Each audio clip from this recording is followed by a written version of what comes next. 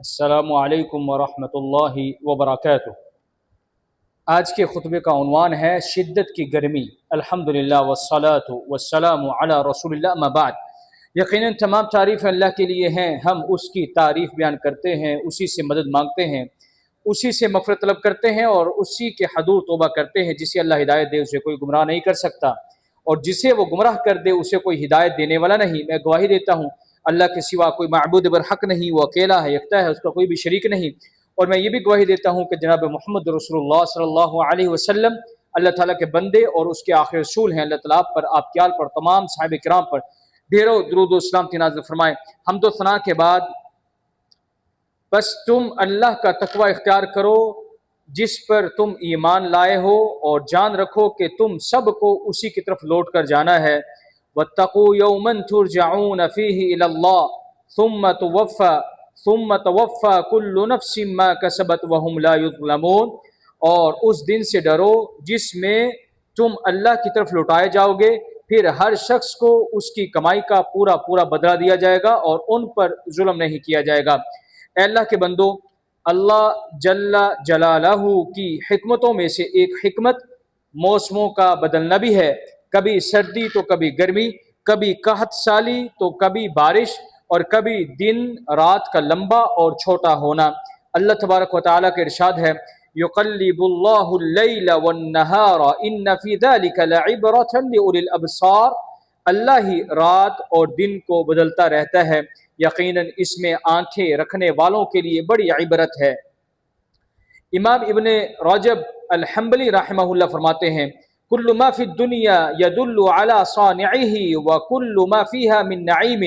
یدل علی کرم خالقہ وکل ما فیہا من عذاب یدل علی شدت بأسہ واختلاف احوال الدنیا من حر وبرد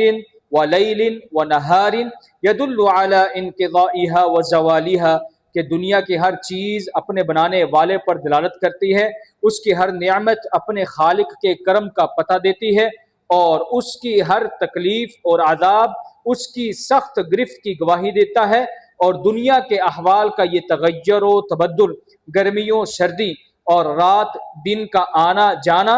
ان کے ختم ہو جانے اور فنا ہو جانے پر دلالت کرتا ہے۔ دیکھو، یہ موسم گرما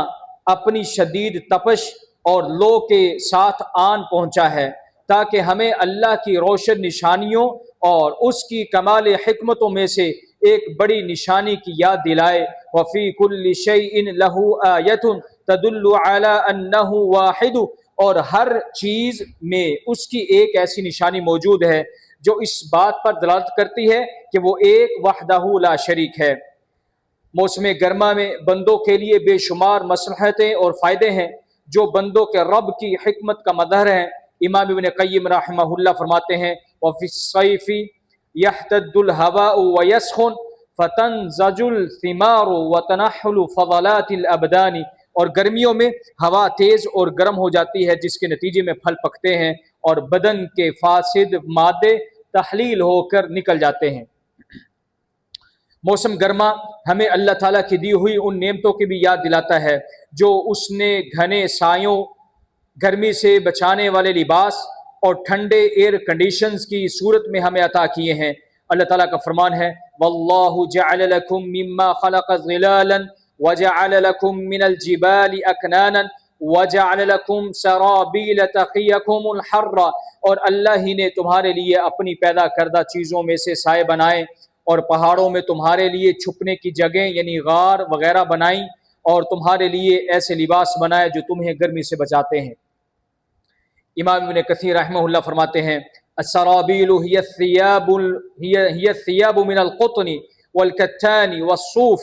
سرابیل سے مراد وہ کپڑے ہیں جو روئی، کتان اور اون سے بنائے جاتے ہیں۔ یہ گرمی کی شدت ایک آزمائش اور مشقت ہے، اور آزمائش کا مقابلہ صبر اور ثواب کی نیت یعنی احتساب کے ساتھ جائز اسباب اختیار کر کے کیا جاتا ہے۔ حدیث پاک میں آیا ہے، نبی کریم صلی اللہ علیہ وسلم نے ایک شخص کو دھوپ میں کھڑے دیکھا تو اس کے بارے میں دریافت کیا۔ لوگوں نے عرض کیا، نظر ان یقوم ولا یقعد ولا یستظل ولا یتکلم ویصوم، اس نے نظر مانی ہے کہ وہ کھڑا رہے گا، بیٹھے گا نہیں، نہ ہی سائے میں جائے گا، نہ کسی سے بات کرے گا، اور وہ ہمیشہ روزہ رکھے گا۔ تو آپ صلی اللہ علیہ وسلم نے ارشاد فرمایا مرہ فلیتکلم ولیستظل ولیقعد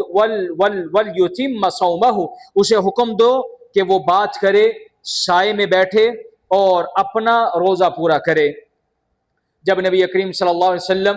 غزوہ تبوک کے لیے تشریف لے گئے اور وہ شدید گرمی کا وقت تھا اور سفر بہت طویل تھا، تو منافقین ایک دوسرے کو تاکید کرنے لگے، وقالوا لا تنفروا فی الحر، اور انہوں نے کہا کہ اس گرمی میں جہاد کے لیے نہ نکلو۔ تو اللہ رب العزت کی طرف سے یہ دل دہلا دینے والا جواب نازل ہوا، قل نار جہنم اشد حرا،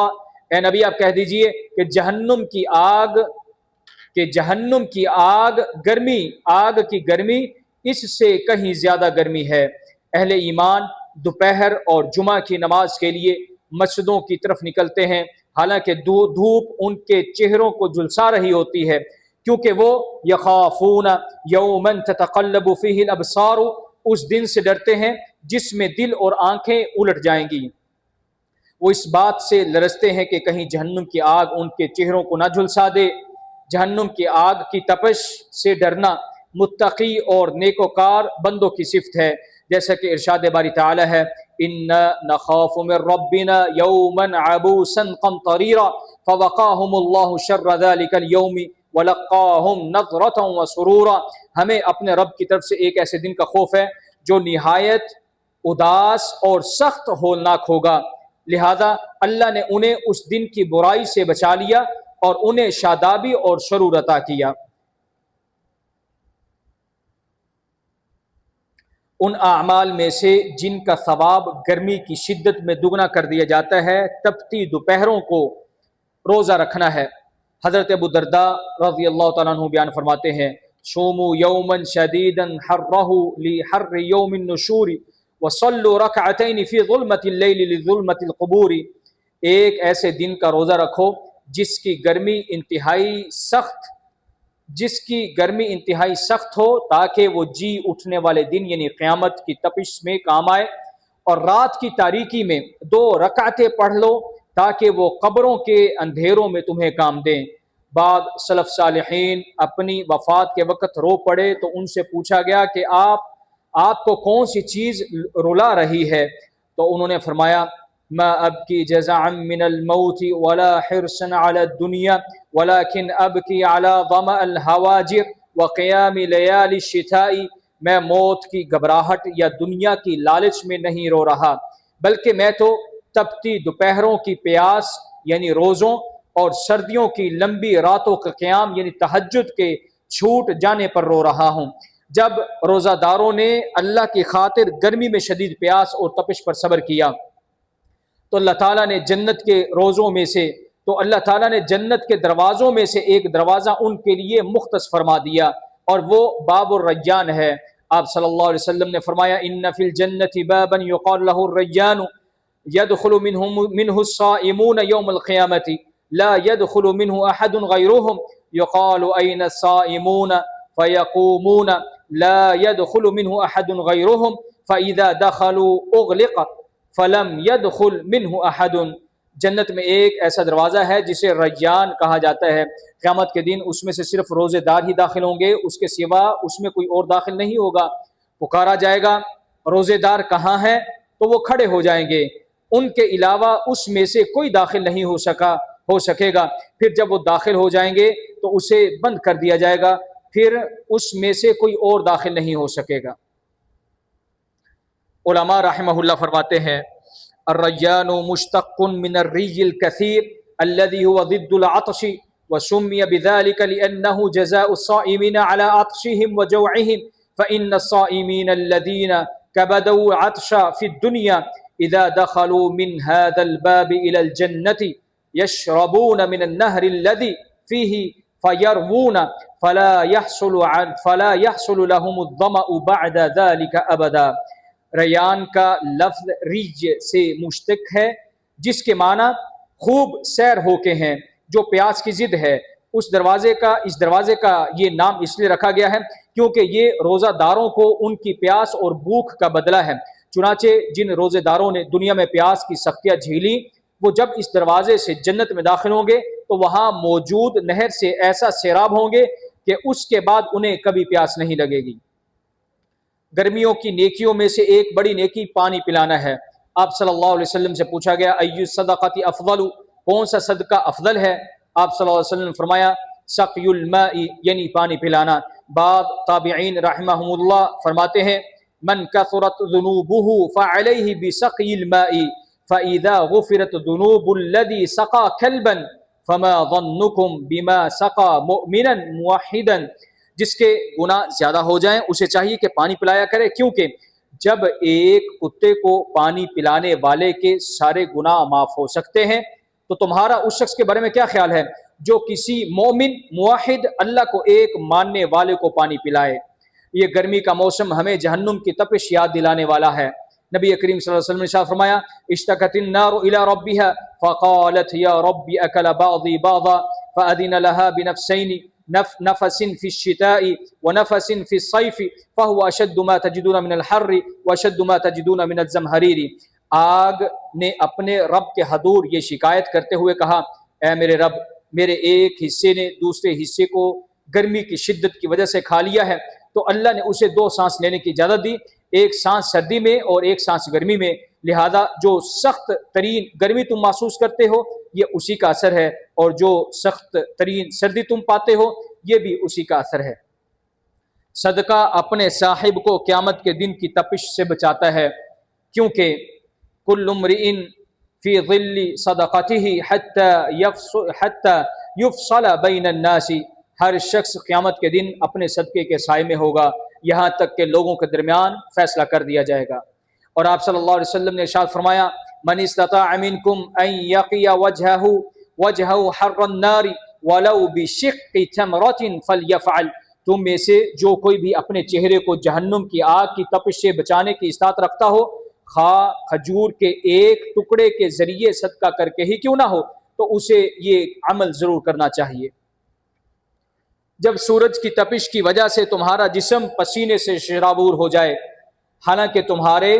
اور سورج کے درمیان ابھی بہت طویل فاصلہ ہے، تو اس منظر کو یاد کرو کہ تدنى الشمس يوم القيامة من الخلق حتى تكون منهم كمقدار ميل فيكون الناس على قدر أعمالهم في العرق فمنهم من يكون إلى كعبيه ومنهم من يكون إلى ركبتيه ومنهم من يكون إلى حقويه وهما معكد الإزرار ومنهم من يلجمه العرق الجاما۔ قیامت کے دن میرے بھائیوں، قیامت کے دن سورج مخلوق کے اتنے قریب کر دیا جائے گا کہ وہ صرف 1 میل کے فاصلے پر ہوگا، بس لوگ اپنے اعمال کے حساب سے پسینے میں ڈوبے ہوئے ہوں گے، بعد ٹخنوں تک، بعد گھٹنوں تک، بعد کمر تہبند باندھنے کی جگہ تک، اور بعد کو تو پسینہ لگام کی طرح جکڑ لے گا، یعنی پسینہ ان کے منہ اور کانوں تک پہنچ جائے گا۔ اور رسول اللہ صلی اللہ علیہ وسلم نے اپنے ہاتھ مبارک سے اپنے منہ کی طرف اشارہ فرمایا۔ امام ابن عبد البر رحمہ اللہ فرماتے ہیں من کان فی ظل اللہ یوم لا ظل الا ظلہ نجا من ہول ذلک الموقف، جو شخص اس دن اللہ کے عرش کے سائے میں ہوگا جس دن اس کے سائے کے علاوہ کوئی سایہ نہ ہوگا، وہ اس ہولناک موقف یعنی اس ہولناک وقت کی سختی سے نجات پا جائے گا۔ جب تم گرمی کے اثرات سے اپنے جسم کو صاف کرنے کے لیے پانی سے غسل کرتے ہو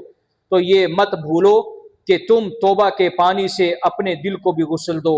تاکہ وہ گناہوں کی تپش اور اس کی گندگی سے پاک ہو جائے، کیونکہ اللہ تعالیٰ فرماتے ہیں یحب التوابین و یحب المتطہرین، بے شک اللہ توبہ کرنے والوں کو پسند کرتا ہے اور پاک صاف رہنے والوں سے محبت کرتا ہے۔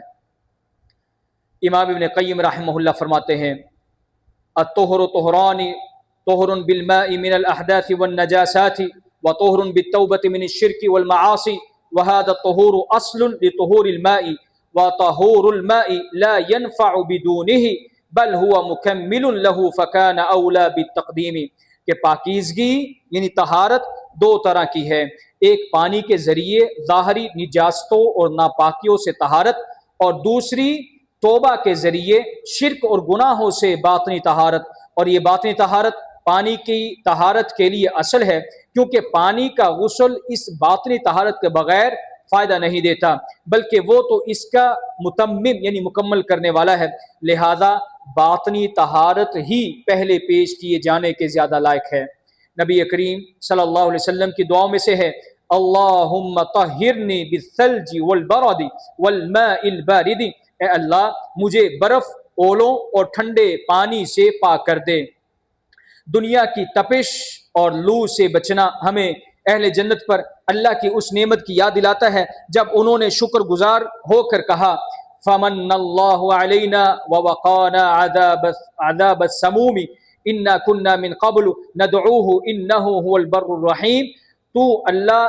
اللہ نے ہم پر احسان فرمایا اور ہمیں لو یعنی جہنم کے عذاب سے بچا لیا، ہم اس سے پہلے ہی اس سے دعائیں مانگا کرتے تھے، یقیناً وہ بڑا محسن اور نہایت رحم کرنے والا ہے۔ بعض سلف صالحین کو جب شدید گرمی پہنچتی تو وہ فرماتے یا برو یا رحیم من علینا وقنا عذاب السموم، اے بڑے محسن، اے نہایت رحم کرنے والے، ہم پر احسان فرما اور ہمیں تپتی ہوئی آگ کے عذاب سے بچا لے۔ کسی نیک انسان نے حمام میں اپنے سر پر پانی ڈالا تو اسے وہ شدید گرم لگا اور وہ رو پڑے اور فرمایا مجھے اللہ تعالیٰ کا یہ فرمان یاد آ گیا یصب من فوق رؤوسہم الحمیم، ان کے سروں کے اوپر سے گھولتا ہوا جہنم کے اندر پانی بہایا جائے گا۔ اگر ہم دنیا کی گرمی سے بھاگتے ہیں تو کیا ہم نے آخرت کی تپش سے بھی بھاگنے کی تیاری کر رکھی ہے، جبکہ وہ بھاگنے کی زیادہ حقدار ہے؟ جیسا کہ ایک شاعر کہتا ہے تفر من الحجیر وتتقیہ فہل من جہنم قد فررت ولست تطیق اہونها عذابا ولو كنت الحدید بها لذبت، تو دوپہر کی سخت دھوپ سے بھاگتا ہے اور اس سے بچتا ہے، تو پھر تو جہنم کی آگ سے کیوں نہیں بھاگتا، حالانکہ تو اس کے ہلکے ترین عذاب کو بھی برداشت کرنے کی طاقت نہیں رکھتا، اور اگر تو لوہا بھی ہوتا تو اس میں پگھل جاتا۔ جب تم اپنی پیاس بجھانے کے لیے ٹھنڈا پانی پیو تو دوزخیوں کی اس تمنا اور اہل جنت کے سامنے ان کی اس التجا کو یاد کرنا جب وہ کہیں گے افیضوا علینا من الماء او مما رزقکم اللہ، تم پر جہنمی کہیں گے ہم پر تھوڑا پانی بہا دو یا وہ رزق ہمیں دے دو جو رزق اللہ نے تمہیں اپنے پاس سے دیا ہے، تو اہل جہنم کو یہ جواب دیں گے ان اللہ حرمہما علی الکافرین، کہ بے شک اللہ نے ان دونوں چیزوں کو کافروں کے اوپر حرام قرار دے دیا ہے۔ اہل جنت کی نعمتوں میں سے ایک یہ بھی ہے کہ اللہ تعالیٰ نے انہیں سورج کی تپش اور اس کی تکلیف سے محفوظ فرما دیا ہے۔ اللہ عز و جل کا ارشاد ہے متکئین فیہا علی الارائک لا یرون فیہا شمسا ولا زمہریرا،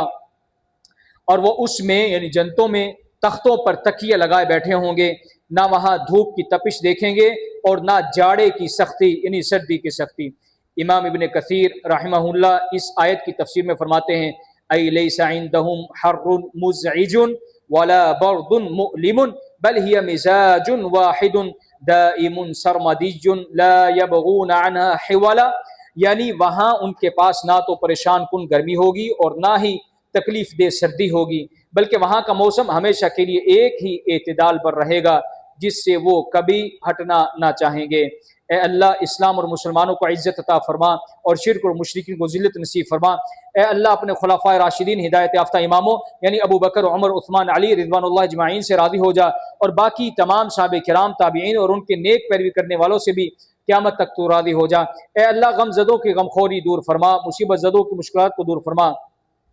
اے اللہ ہمارے وطنوں کو امن کا گہوارہ بنا اور ہمارے ائمہ اور حکمرانوں کو درست راہ دکھا، اور ہمارے حکمران اور ان کے ولی عہد کو اپنی پسندیدہ اور رضا کی راہ پر چلنے کی توفیق عطا فرما اور ان کی رہنمائی تقوی اور نیکی کی طرف فرما۔ اے اللہ تو ہی ہے، تیرے سوا کوئی معبود نہیں، تو غنی ہے، ہم فقیر ہیں، ہم پر بارش نازل فرما اور ہمیں مایوس لوگوں میں سے نہ بنا۔ اے اللہ ہم تجھ سے بخشش مانگتے ہیں، تو بڑا بخشنے والا ہے، ہم پر آسمان سے موسلا دار بارش نازل فرما۔ اے اللہ کے بندو ان اللہ یأمر بالعدل والإحسان وإیتاء ذی القربى وَيَنْهَى عَنِ الْفَحْشَاءِ وَالْمُنْكَرِ وَالْبَغْيِ يَعِظُكُمْ لَعَلَّكُمْ تَذَكَّرُونَ۔ بے شک اللہ انصاف کا، احسان کا اور قرابت داروں کو دینے کا حکم دیتا ہے، اور بے حیائی، برائی اور ظلم سے منع کرتا ہے۔ وہ تمہیں نصیحت کرتا ہے تاکہ تم نصیحت حاصل کرو، پس اللہ کا ذکر کرو، وہ تمہیں یاد رکھے گا، اس کی نعمتوں کا شکر ادا کرو، وہ تمہیں اور زیادہ دے گا۔ وَلَذِكْرُ اللَّهِ أَكْبَرُ وَاللَّهُ يَعْلَمُ مَا تَصْنَعُونَ، اور اللہ کا ذکر سب سے بڑا ذکر ہے، اور اللہ تعالیٰ جانتا ہے جو کچھ تم کرتے ہو۔